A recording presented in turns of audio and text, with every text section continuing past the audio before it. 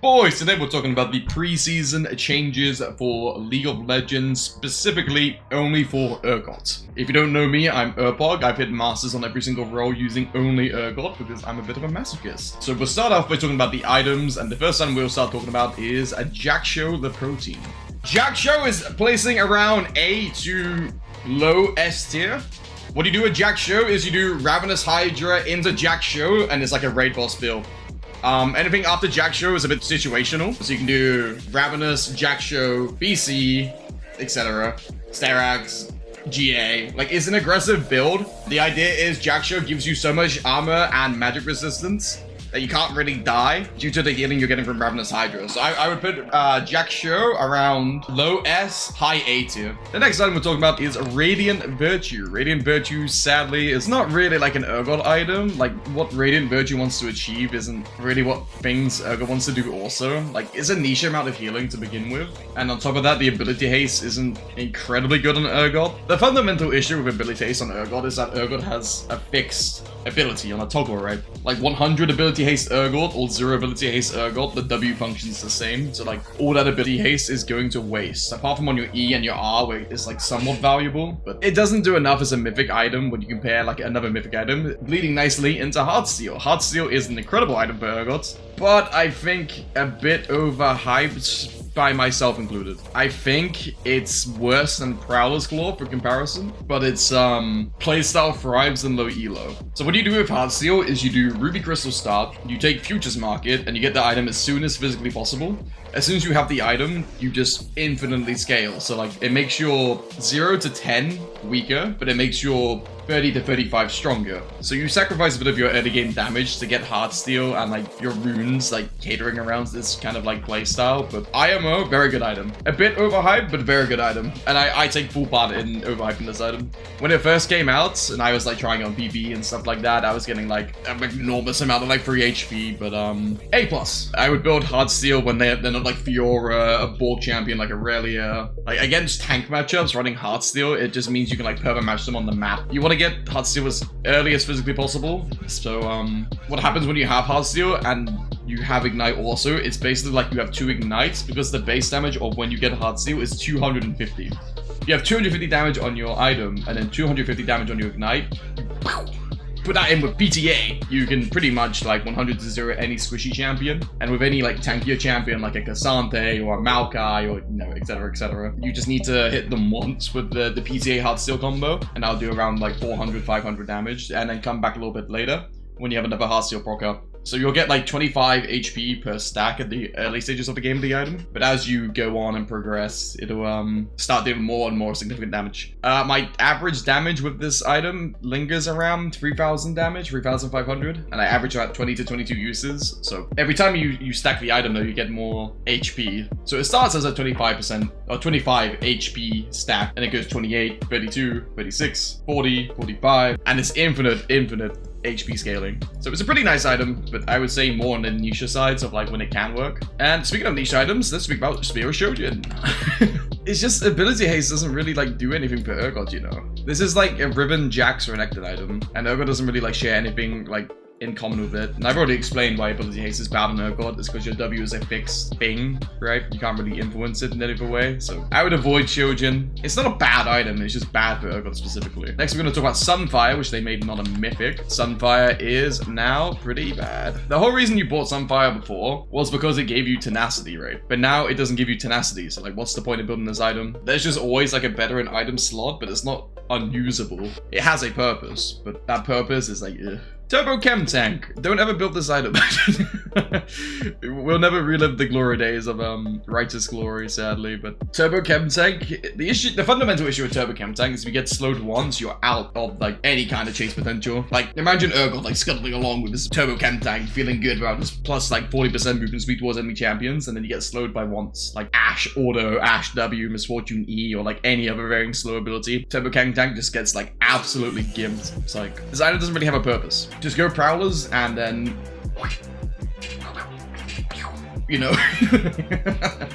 rather than like trying to catch them with this item that is pretty bad.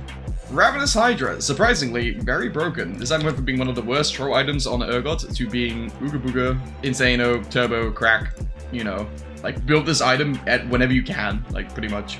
If you get ahead, so one of the recommended build paths I have right now is Hard Steel, BC, Ravenous Hydra. But you can do Hard Steel, BC, Titanic if you're behind. But if you get ahead and you buy Ravenous, you become like a mini raid boss. It's absolutely crazy, that item. Please build Ravenous Hydra. Abyssal Mask is actually very good. This item is slept on by a lot of people. You don't benefit from like the MR shred yourself, but let's say you're doing a frontline tank build with Conqueror and you're like able to like stay in there, like let's say you're like one of those psychopaths who actually experiment with Jack Show like myself. You get in there, you have like a Xerath carry, you have like multiple source carries and blah blah blah blah that do AP damage. Now Abyssal Mask takes their resistances, so like you're just an enabler for your team. Let's move on to Randon's Omen. I think Omen's is like borderline S tier. When this item's good, it's like OP. I think it's one of the best items in the game currently. They changed it to like block out more of the AD rather than crit, which is super poggers. So Randon's is the same as before pretty much, just better.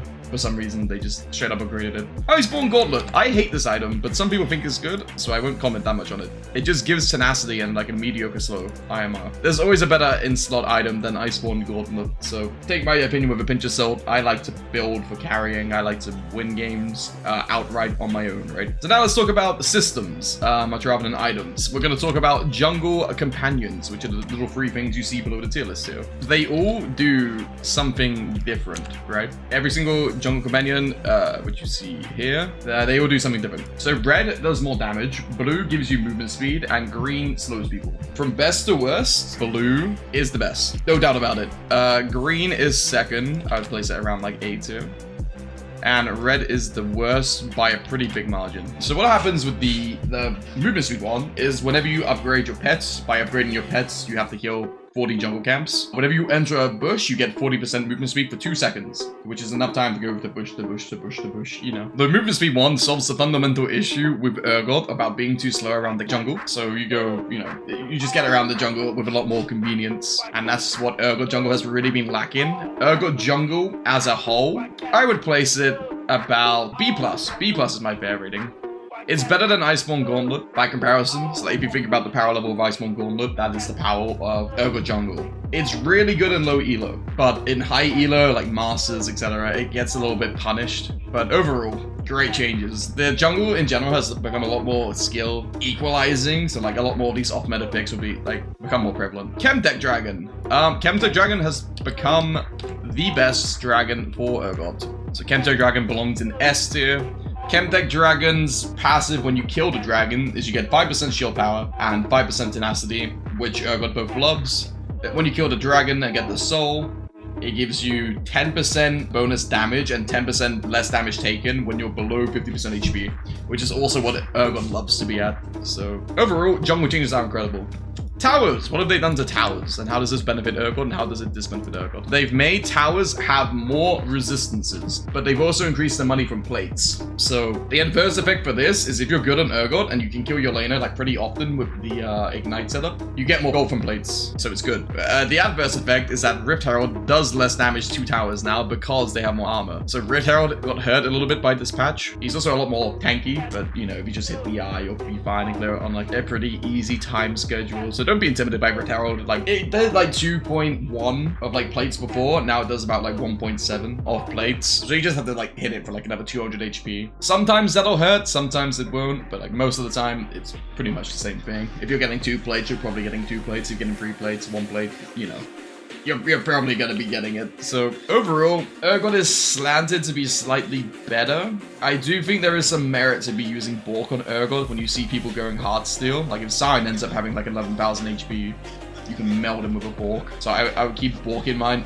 Also, I'd put Bork around like B tier, because you see all these people like trying to abuse hard steel right now. But as soon as you stop seeing people using hard steel, stop using Bork. And there you go. That's the patch notes so far. I will be making jungle popping videos. I will teach you how to jungle. You can catch me live on Twitch every day at Twitch TV Urpog. I'll put it in the description below. And yeah, thank you for watching, boys. I will see you later. Hopefully I'll see you at Twitch. If you need to contact me about anything, I will put my Discord invite in the description below, the Twitter.